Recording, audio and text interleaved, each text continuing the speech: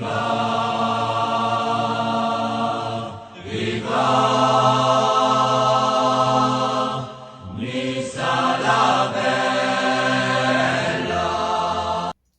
y est, ça vient de tomber, le groupe de l'OGC Nice pour l'Europa League. Et bon, Jamie 17, on va se débriefer ce petit groupe, le groupe C donc de l'Europa League, le groupe de l'OGC Nice, donc pour cette Europa League.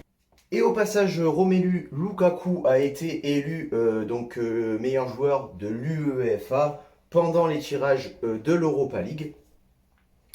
Le premier match d'Europa League, pour ceux qui ne le savent pas, et on m'a demandé, ça sera le 22 octobre. Le 20-21, ça sera la Champions League. Le 22 octobre, ce sera l'Europa League. Et on va tout de suite parler du groupe de l'OGC. Et donc, le groupe de l'OGC Nice, c'est le groupe C avec dedans le Bayern Leverkusen, le Slavia Praga et l'Hapoel Beersheva.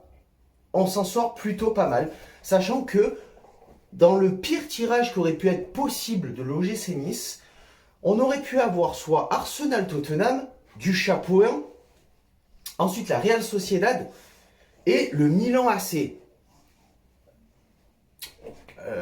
Ça aurait été assez chaud quand même d'avoir ce groupe-là, parce que là on n'en sortait pas, hein. Ça aurait été le groupe de la mort concrètement, c'était le pire tirage qu'on pouvait avoir.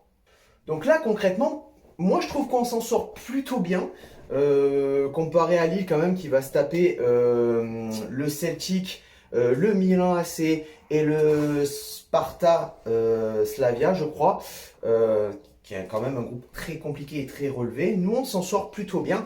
Alors petite vite fait, on va dire petite analyse de ces trois clubs. Donc Leverkusen qui a été vice-champion d'Allemagne en 97, 99, 2000, 2002 et 2011, finaliste de la Champions League en 2002. En 2019-2020, ils ont terminé 5e du championnat avec 63 points, à 3 points de la 3e place, donc à 3 points d'une qualification de Ligue des Champions. Donc, en gros, le Bayern Leverkusen, c'était une très très grosse équipe, une équipe très redoutable en fin des années 90 et début des années 2000. Maintenant, c'est une équipe solide actuellement. C'est une équipe qui fait partie du top 5 très souvent du championnat de Bundesliga en Allemagne. Donc, c'est une équipe qui va partir favorite dans notre groupe, concrètement. Ensuite, on a le Slavia Praga, donc équipe tchèque qui a été champion en 96, 2008, 2009, 2017, 2019 et cette année. Ils ont été vainqueurs de la Coupe de Tchéquie donc en 2018 et en 2019. De la Super Coupe, ils ont été vainqueurs Super Coupe de Tchéquie en 2019 aussi. Donc c'est une équipe très redoutable. Ils ont été champions cette année avec 85 points. C'est une équipe redoutable. C'est une équipe qui fait partie des équipes exotiques qui font un petit peu peur. C'est une équipe à ne pas prendre à la légère. Le Slavia Prague, ça fait partie des grosses équipes de notre groupe. On peut gagner, mais on peut aussi tout autant perdre. Et donc dernière équipe de notre groupe, c'est l'Hapoel Beersheva, donc en Israël. Ils ont été champions d'Israël en 2016, 2017, 2018, vainqueurs de la Coupe d'Israël cette année même, en 2020, finalistes de la Super Coupe d'Israël en 2020 aussi. Et au classement, le dernier classement, ils étaient 4e avec 55 points. Donc l'Hapoel Israël, pareil, un club qui lâche rien, un club qui fait partie aussi des clubs un peu exotiques qui font un petit peu peur. C'est une équipe, là, sur les dernières années, de partir de 2016 jusqu'à maintenant, qui fait partie du top 3, top 5 chaque année depuis 4-5 ans. Donc c'est une équipe à ne pas prendre à la légère. Donc moi, très concrètement, ce que je pense de notre groupe C, avec le Leverkusen, Slavia Praga et l'Hapoel Beersheva, je pense que c'est un groupe qui est très serré, qui est très compliqué. Mais un groupe où on peut tirer notre épingle du jeu et accrocher la deuxième place. On peut aller la chercher, on peut aller chercher ce 16e, qui au final, d'un groupe non plus qui n'est pas très dangereux non plus, comparé au groupe du Milan par exemple, d'autres groupes, je ne me rappelle plus.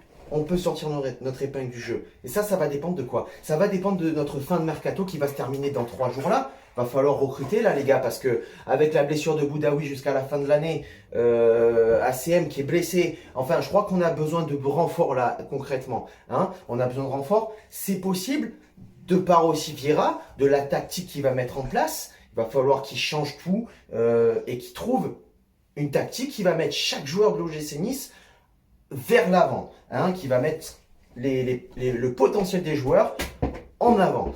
Hein, et ça va dépendre aussi des joueurs, bien sûr, l'envie des joueurs de faire bien dans cette Europa League, d'aller au moins accrocher cette deuxième place qui est faisable. Ça va être compliqué, mais c'est faisable. Ça va aussi dépendre des blessures, du Covid. Ça va dépendre de beaucoup de choses. Mais toutes les équipes à peu près vont être aussi dans la même panade que nous au niveau du Covid. Donc, bon, on a quelque chose à aller chercher. On peut aller décrocher cette deuxième place. Et moi, concrètement, l'équipe qui me fait le plus peur, c'est pas le Bayern Leverkusen. Moi, l'équipe qui me fait le plus peur, c'est Slavia Praga. Vraiment, j'ai plus espoir de qu'on fasse un résultat contre aller-retour contre le Bayern Leverkusen que qu'on fasse des résultats contre Slavia Praga ou même l'Hapoel Beersheva en Israël. Hein. Ça va être deux clubs qui vont être très compliqués à jouer. Et le Bayern Leverkusen aussi, mais c'est pas Leverkusen, voilà, c'est le favori du groupe, c'est pas le club qui me fait le plus peur, c'est vraiment le Slavia Praga, et derrière un petit peu l'Hapoel Beersheva, puisque c'est des clubs qu'il va pas falloir prendre à la légère et qu'il va falloir être agressif du début jusqu'à la fin du match. Et voilà, midi start, c'était ce que je pensais du groupe C de l'OGC Nice avec le Bayern Leverkusen, Slavia Praga, Hapoel Beersheva.